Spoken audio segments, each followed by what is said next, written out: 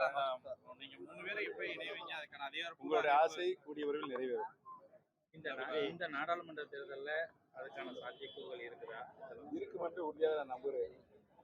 இல்ல இப்ப நீங்க சார் போட்டியிட்டால் எத்தனை தொகுதிகள்ல போட்டியிட இல்ல அதிமுக போட்டியிடக்கூடிய எல்லா தொகுதியை எதிர்த்து வேட்பாளர்களை நிறுத்துங்களா? அதாவது எடப்பாடி போட்டியிட அவங்க வேட்பாளர்கள் போட்டியிடக்கூடிய எல்லா பொறுமையா இருங்க, பொறுமையா இருங்க. உங்களை சொல்லிட்டு எல்லா நடவடிக்கையும் ஈடுபடும். சார் இல்ல இப்போ கூட்டணி சம்பந்தமா ஏதோ பேச்சுவார்த்தை பேசிட்டே இருக்கிறாங்க.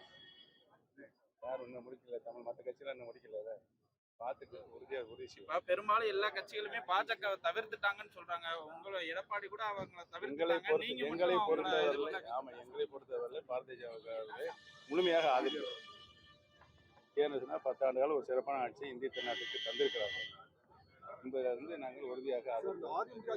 எந்தவித மாற்று கருத்துக்கும் இடமில்லை.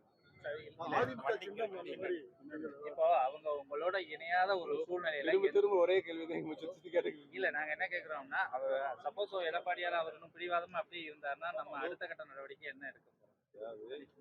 பிரிந்திருக்கிற அனைத்து இந்திய அண்ணா திராவிட முன்னேற்ற கழகத்துடைய சக்திகள் அனைவரும் ஒன்று சேர்ந்தால்தான் அதிமுக வெற்றி பெறும்.